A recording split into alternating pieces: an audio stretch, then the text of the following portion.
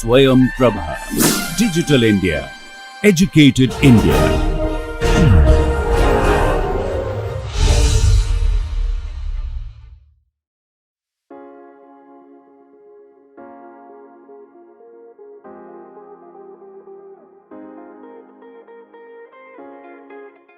Let us develop concepts related to stress.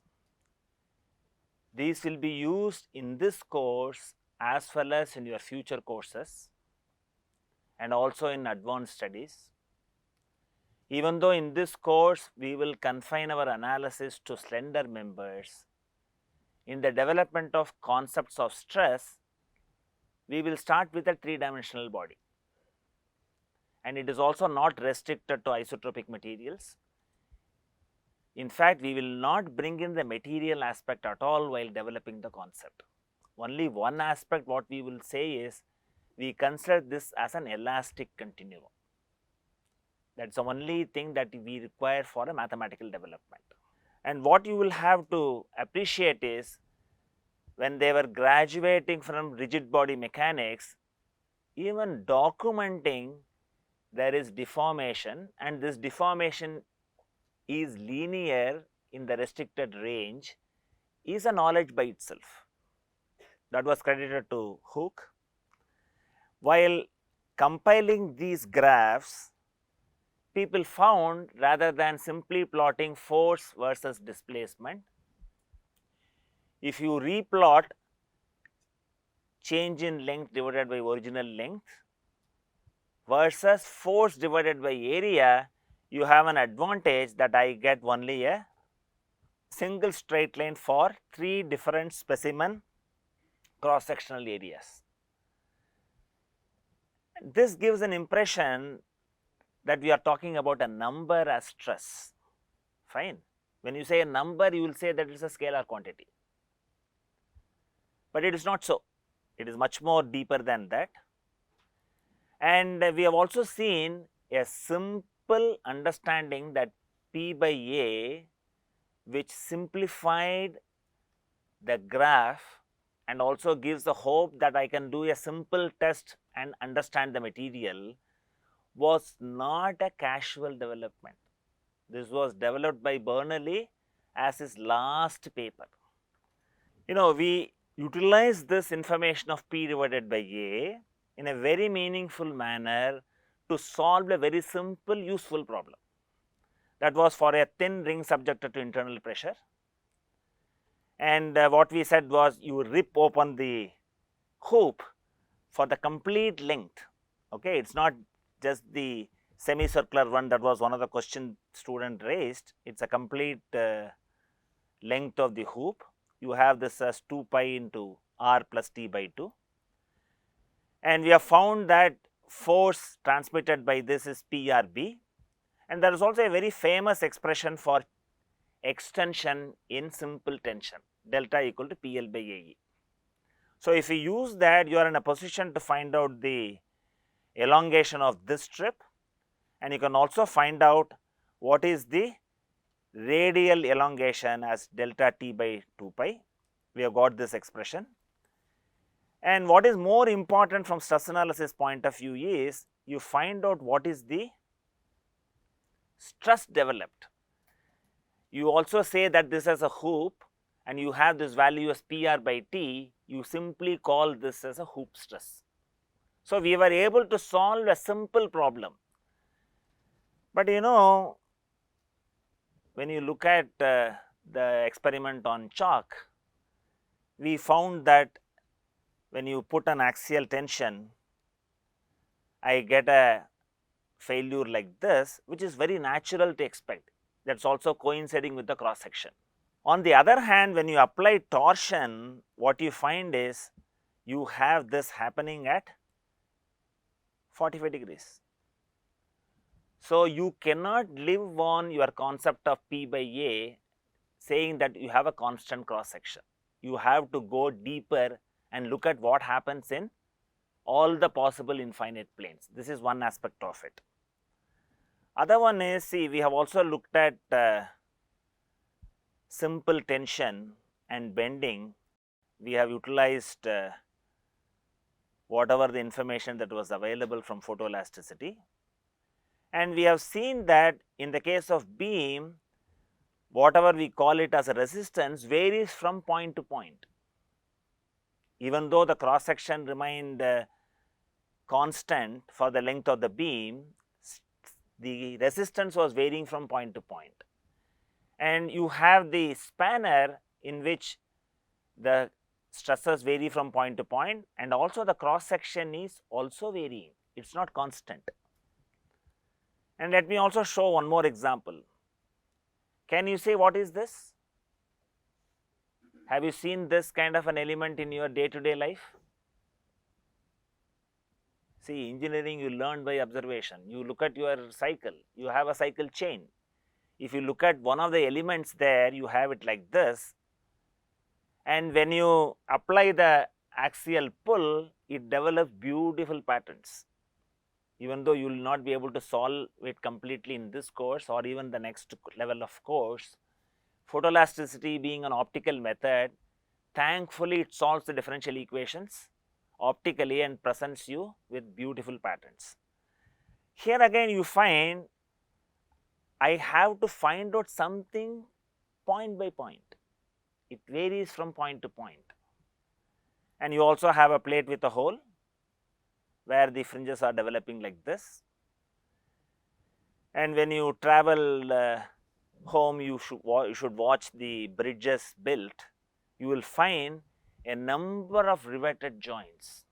So you have a panel with several riveted joints. That means you have a pin inserted there. And this figure, the courtesy goes to my student Jebi Philip from VSSC.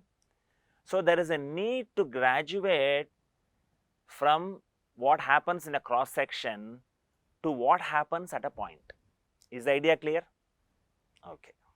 And I said that we can take up a three-dimensional body. The body is in a state of equilibrium. This is subjected to both body and surface forces. Body force act on each volume element of the body. Please make a neat sketch. Please make a neat sketch.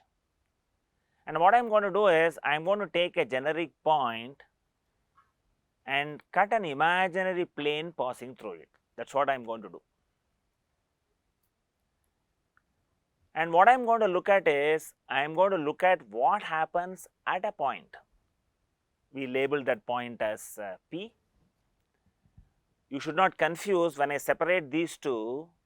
I am trying to find out what is the reaction developed in this complete surface. No, we are not talking about that. We will confine our attention only to the point. So, we will take a small area surrounding that point, and when I take this point as P, I can have a reflection of it in this, and I have this, and what you have this as N1 and N1 prime are depicting the planes. Plane is denoted by the outward normal, fine. So, I have taken a generic plane passing through the point of interest, and I am also going to develop new mathematical entities for me to develop the concepts further. So, I will take a small area surrounding that point. I will have some kind of a force distribution. I can find out its resultant. Let the resultant be labeled as delta T1. There is a new symbolism we put, because I am looking at the plane 1, I have also put this 1 on top of it. We are developing a new symbolism. The moment I come and say a force has magnitude as well as direction. It is a vector, fine. And in the limit, we want this area to go to 0. So, I have the quantity T1 where I show distinctly the vectorial symbol, but for writing convenience, we will simply have T cap 1. Whenever I have T cap 1, I will say that this is denoting a vectorial quantity, and we say in the limit delta A tends to 0, delta T1 divided by delta A is a finite quantity. Is the idea clear? We are defining a new quantity and we say that this is a vector and this vector is known as stress vector, and we also understand the new symbolism. I will simply have this as T1, you understand immediately that this is a vectorial quantity. It is for writing convenience. When I put the components with a suffix, you can find out that these are scalar quantities. Always the component is only a number, fine. I can also depict this on the free body diagram that we have written. So, on a plane 1, I will have a normal depicting the plane, and also I have the stress vector T1. In general, the orientation of the stress vector need not lie along the normal. In specific cases, it can coincide with the normal. Now, I have taken plane 1 and I have defined this quantity. I call this as T1 as stress vector. Now, what I do is, I go to another plane passing through the same point, which is totally different. Here again, I can confine my attention to the point of interest, take a small area and shrink that area to 0. For us to illustrate, let us call this as plane 2. So, I can define the quantity T2, fine. T2 is a vector. We simply write T2 as like this for our convenience. We understand that is limit delta A tends to 0, delta T2 divided by delta A. So, I have this by Newton's third law, they are equal and opposite, and the body is in a state of equilibrium under the action of both body and surface forces. You know, to avoid clumsiness in the drawing, the body forces are not explicitly shown, fine. Now, we have to say what is the concept of state of stress at a point. See, our goal is, after you understand all this, you should be able to explain why the chalk, when it is twisted, fails at 45 degrees, fine. So, we want to find out stress vector on all the planes passing through the point of interest. When you say a point, how many planes can pass through? Infinite number of planes. So, I can have a point P, I can have a plane 1, please make a sketch. I can have a outward normal, plane is denoted by an outward normal.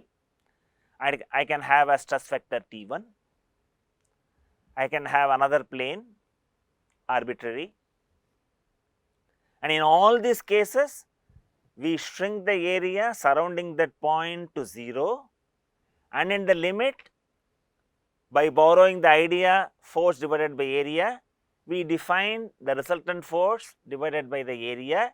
In the limit, the area tends to 0. So, what we actually want is a mind-boggling quantity. I want stress vectors passing through infinite number of planes through the point of interest. So, I can have n 10,000, I can have n maybe it is 50,000 and 90,000. I can have 100,000, and then I have simply infinity. So, will your notebook be sufficient to represent the quantity? It is not possible. So, it is not convenient at this stage for us to understand what is state of stress at a point, unless there is a simplification possible. So, what we call as state of stress at a point is the totality of all the stress vectors for all the infinite planes passing through the point. So, we want to have that. Only then we can graduate and then analyze what happens in an arbitrary plane in a material, how the failure is precipitated, so on and so forth. So, what you will have to appreciate is, from a cross section we have graduated to what happens at a point, At a point we have a challenge that we have to look at all the infinite planes. So, this can also be depicted in a different sense, where I have the stress vectors T1, T2, T3 depicted like this, and I have all these infinite quantities. So, the idea is to appreciate that we are looking at a problem which looks unsurmountable at this stage. But engineers do not leave it like that. You have a via media, that is why we have developed the concept of state of stress at a point. Now, what we will do is, we will select orthogonal planes that are 3 mutually orthogonal planes and look at what are the quantities. Even before that, we will also understand, when I have an arbitrary plane, I can also look at what way the stress vector can be resolved. Now, we know whenever I take a plane, if I say plane is n, denoting it is an arbitrary plane, and when I have a stress vector acting on that plane as Tn, I can resolve it along the normal and tangential to the surface. This is one way of resolution. If I do that, I have a special symbol, I call this as sigma n. For the normal stress, we use the symbol sigma, and then for a tangential stress, we use the symbol tau. And when you look at these quantities, these are the components are always numbers. You understand that point? Components are always numbers. They are scalar quantities only. You know what is the direction along which you are writing it. The direction is inherently embedded in a different manner. So, I have these as quantities, usually denoted by Newton per millimeter square. You call it as megapascal and so on. I can also resolve the vector Tn in space into components along the x axis, y axis and z axis. So, what you need to understand is, the moment I put the suffix as x, y or z, understand we are not talking about a vector, we are talking about the component of the vector. If you understand the symbolism, writing is easier for you. So, when I have the magnitude of the stress vector, I can either understand this as consisting of the normal stress as well as the shear stress, or the components along the x, y and z directions of the stress vector. Fine.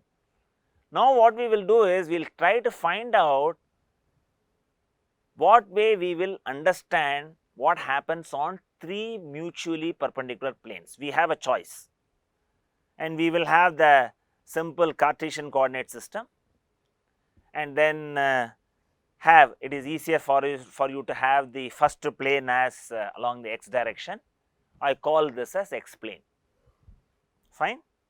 I have a point, and then I denote it by an outward normal, and we have already developed on this plane you can have a stress vector Tx, which is a vector. I can resolve this in a manner along the normal and tangential to the surface.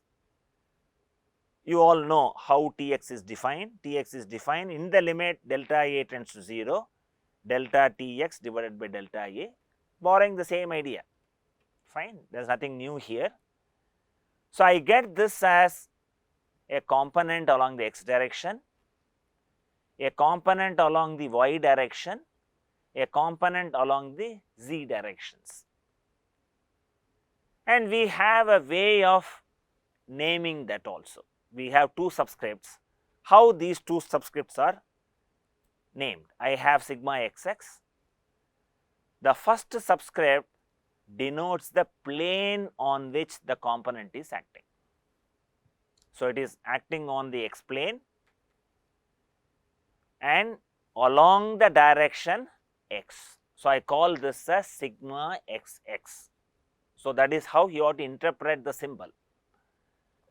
We are talking about a component, the component will always be a number, and usual units is megapascal. And we have the component tau xy, we denote this as tau, indicating that this is acting tangential to the surface.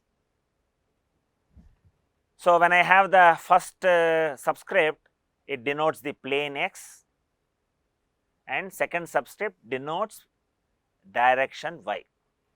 See, I am deliberately going slow because later you do not need to remember, but you should be able to write on a particular plane what are the components. And we have also utilized a sign convention. On a positive surface, positive direction is positive. That is how these quantities are written. Now, I have tau xz. The first subscript denotes the plane and the second subscript denotes the direction. Fine. Now, the saving grace is, if stress vectors are evaluated on any of the three mutually perpendicular planes, you can find out stress vector on any arbitrary plane. We have to wait for the proof. Fine. So, that means when we saw that we have to get infinite number of quantities of stress vector, the problem was unsurmountable. But now, by this statement, what I need to find out is what is Tx, Ty and Tz. For the plane x, we have seen these components. Fine. We will write it for one more plane, and for the third plane, you try to write it yourself. So, now I take the y plane. Again, I take the same point, the point remains the same. Only thing is, the plane which I am passing through is different. These are mutually perpendicular. Here again, I have, because it is a y plane, I put this as Ty, and once I have this Ty, I can resolve this into components normal to the plane and tangential to the plane. So, these are depicted as the stress magnitudes. I call this as sigma yy. Now, you can understand why I call this as sigma yy, why I call this as tau yx, why I call this as tau yz. So, if you look at, I have sigma yy, it shows the plane and the direction. Similarly, I can write it for tau yx. First subscript denotes the plane, second subscript denotes the direction. Similarly, I have tau yz. First subscript denotes the plane and second subscript denotes the direction. So, on similar lines, if you take a plane passing through the z plane, you can write the quantities what happens on the z plane. Fine. So, now what I am going to do is, I have taken a cube of size 0. This is for representation purpose, because when I look at a point, I can have a plane, positive plane along the x direction, negative plane on the x direction. Similarly, I can have a positive plane on the y direction, negative plane on the y direction. Similarly, for the z direction. Now, please write down what are all the stress quantities on the positive plane of x. Please write down. Please write down on the positive plane, then check it from my slide. You should get it by looking at the reference axis. You should write it on your own, write it, make an attempt. If you make a mistake, do not worry. Only by making mistakes, you will remember the concepts better, because there is no charm in just copying down what I am popping up in the slide. Your mind should be involved in the development of the concept. Fine. So, what I have on the x plane positive is, I have sigma xx, tau xy and tau xz. Now, we move on to the negative plane. Write down the quantities. You should write down the quantities in the positive direction. That is a training for you. And we have said on the negative plane, negative direction is positive. You should absorb that idea and then write down the quantities. So, when I do that, sigma xx pointing towards the negative direction, tau xy is pointing towards the negative direction, tau xz is pointing towards the negative direction. Is the idea clear? And this you should be able to do at any point in time without any difficulty. You should not remember this, but you should understand the symbolism. How do we denote the subscripts? First subscript denotes the plane on which it is acting, and second subscript denotes the direction. Okay. And similarly, you can write it for the y plane, and you can also do it for the z plane. This you should be able to do it without any difficulty. And you should keep in mind, it is not a cube taken from the model, only for a representation purpose this is put. The length of each side is 0. It summarizes what happens at a point of interest, and the credit goes to Cauchy, and it is also very interesting. He developed this in 1822. So, we are celebrating the bicentennial. This is 2022. So, what happened 200 years back, we are learning it today. Fine. Okay.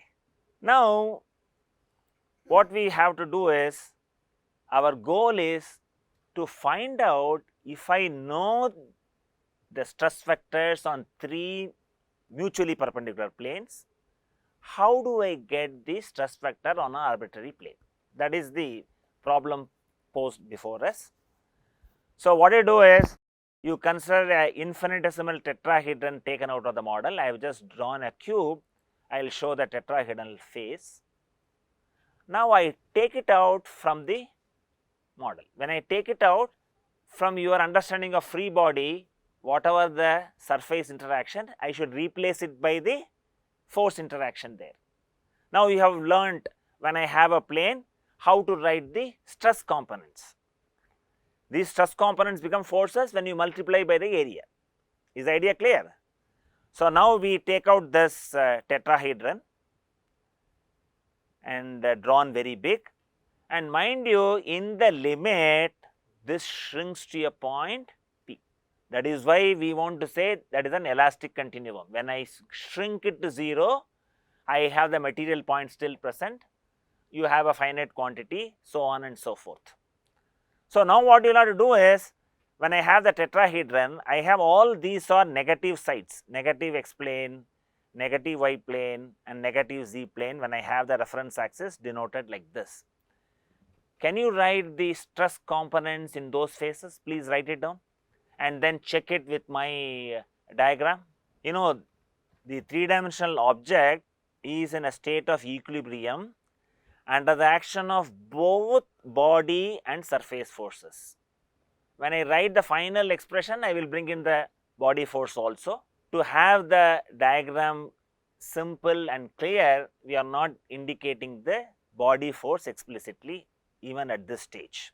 If you have written down what happens on the negative x plane, first denote that this plane ABC is denoted by a outward normal n, and we write the stress vector acting on this Tn. Our goal is to find out what is Tn, that is the goal. What we know from our earlier definition is, we will have normal stress component sigma xx, sigma yy and sigma zz acting in this fashion, and the respective shear components will act in these directions. You should be able to write it on your own. You do not have to see my picture and write it on your notebook and verify it with my picture. So, what happens on y plane? I have tau yz like this, tau yx like this. You should recognize that you are writing it on a negative plane. You should see whether it is a positive plane or a negative plane.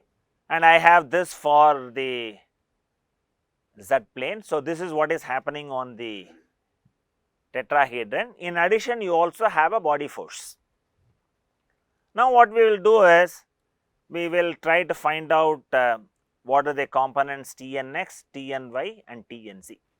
If I find out the component based on the equilibrium of this, what are the concepts that you learnt in rigid body mechanics, same thing you are going to do. Now, you know you have to find out the area, and then multiply it appropriately to get the force. That is what we are going to do. So, I have to do Fx equal to 0, and let me represent the area of the triangle ABC as simply A, okay. And then in order to denote that I am looking at that area, I also color it differently. So, I am looking at this area, and if I have to find out what is the force, I have the component, I have to find out the component T and x, it is not a vector. I multiply by the area of the triangle A, B and C. So, when I multiplied the stress with the area, I get the force. I get the force in the x direction. And what are the other quantities that you will have to find out? You have to find out what is the force acting on this surface, okay. And can you write this area as A into Nx? Please note that this is a simple multiplication sign, it is not a cross product. A is used as a scalar, A into Nx will give you, Nx is the number, the component of the direction cosines, these are all numbers. So, I have the force, when I write the equilibrium equation, I must recognize that this is pointing in the negative direction. The same thing you have learnt in the earlier course also. Engineering is one subject where conventions are very important, and we have followed a sign convention. While writing the quantities on the negative face, negative direction is taken as positive and you write, but when you sum it up as Fx equal to 0, you must look at a global picture and put the sign appropriately, do not make a mistake. Once you have written for one quantity, rest of the quantities are very simple, because we know whichever is ending with the symbol x is what we are going to write. So, I have tau yx, and this is related to the area of this plane, that is nothing but projection of the plane ABC, which can be easily written as A into Ny, and you have this as A into Nz, and you also have, now I bring in the body force, because you have to understand that we have written down the equilibrium equation under the action of both body and surface forces, fine. So, I have the volume delta V that tends to 0, and this is again a multiplication sign, and I put the body force as capital X, it is force per unit volume. So, force per unit volume multiplied by volume will give you the force. You can divide by A, and when you do a simplification, I get a very nice expression T n x, the component of the stress vector in the x direction is simply sigma xx nx tau yx ny plus tau zx nz. It is as simple and as straightforward from this. The moment I write for x direction, I can follow the same thing for directions y and z, I can do that. So, I go to Fy, I do the same thing. Now, I have to find out what is the force in the y direction. I have this as the component T and y multiplied by A. Then, whatever the quantities that has the second subscript as y. So, I have looked at the negative x plane, then negative y plane, then negative z plane. So, if I accommodate all these quantities, in addition I also write the body force, that is depicted as capital Y, and I get this equal to 0. Is the idea clear? So, your training on how to write the components on the faces should come naturally to you. We have understood and explained the symbolism. If you have understood that, then it is easy to write. First symbol denotes the plane and second symbol denotes the direction. And when I simplify, I get T and y equal to tau xy nx plus sigma yy ny plus tau zy nz. Now, I repeat the same thing for the z plane. You can also make an attempt and then verify what I have written on the screen. Fine, write it down.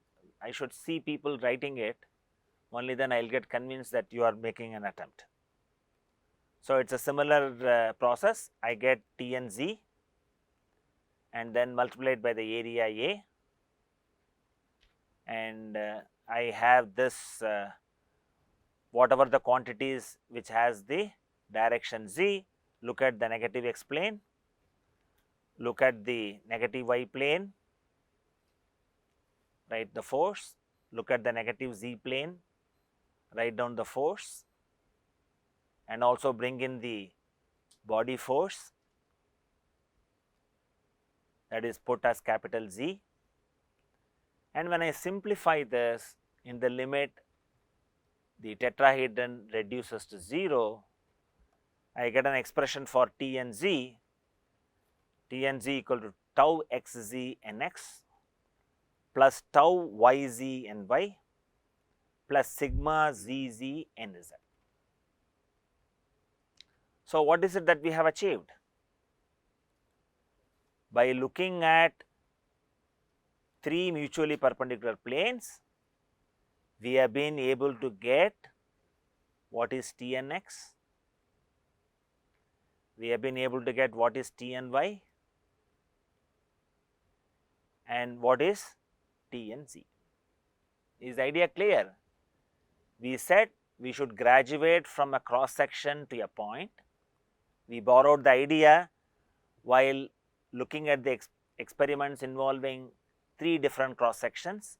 People coin a new terminology, stress, which is nothing but force divided by the cross sectional area. From there we graduated to how to handle a point. When we wanted to handle a point, we felt that there are infinite planes that can pass through it, and if I want to say what is state of stress at a point, totality of all these stress vectors on all the infinite planes is what I need, because my idea is which way the specimen is going to fail a priori we do not know. We have to investigate. We have to investigate depending on the material, there will be a criteria, and we will have to find out whether those quantities exceed in a particular plane. So, I need to have all the infinite planes. The problem was looking unsurmountable. Then we also made a statement, if I know the stress vectors acting on any 3 mutually perpendicular planes passing through the point of interest, I can find out the stress vector on any arbitrary plane. So, that is what we have achieved now. I can also rewrite it in a different fashion. I can put this as a notation like this. I have to get the vector T n x, T n y and T n z, and you have a quantity which we have determined in all the 3 mutually perpendicular planes. They are put as a matrix. I have sigma xx, tau xy, tau xz, tau yx, sigma yy, tau yz, tau zx, tau zy, sigma zz. This quantity is a mathematical representation and it is a tensor of rank 2 mathematically. It is much more than a simple vector. So, initially we saw P by A was looking like a scalar. I said it is no longer a scalar when we developed the concepts. We initially thought that it is as a vector. We call this as a stress vector, but we asked, I not satisfied unless I know what happens on all the possible infinite planes. For that we found a via media. If I know the stress vector on any 3 mutually perpendicular planes, I can find out the stress vector on any arbitrary plane, mainly because I have the direction cosine. So, if I specify the plane of my interest and if I know what is this for a given point, I can find out stress vector on any of the arbitrary planes, 1 to infinity, no problem. Is the idea clear? So, in this lecture, we have developed the concept of state of stress at a point. We started with a simple understanding of P by A. Then we said, by looking at the experience on breaking a chalk, we have to find out what happens on arbitrary planes. Then we also found, in a generic situation, stress varies from point to point. You can't hold on to the cross section only as a basis to do it. We have to graduate to what happens at a point of interest.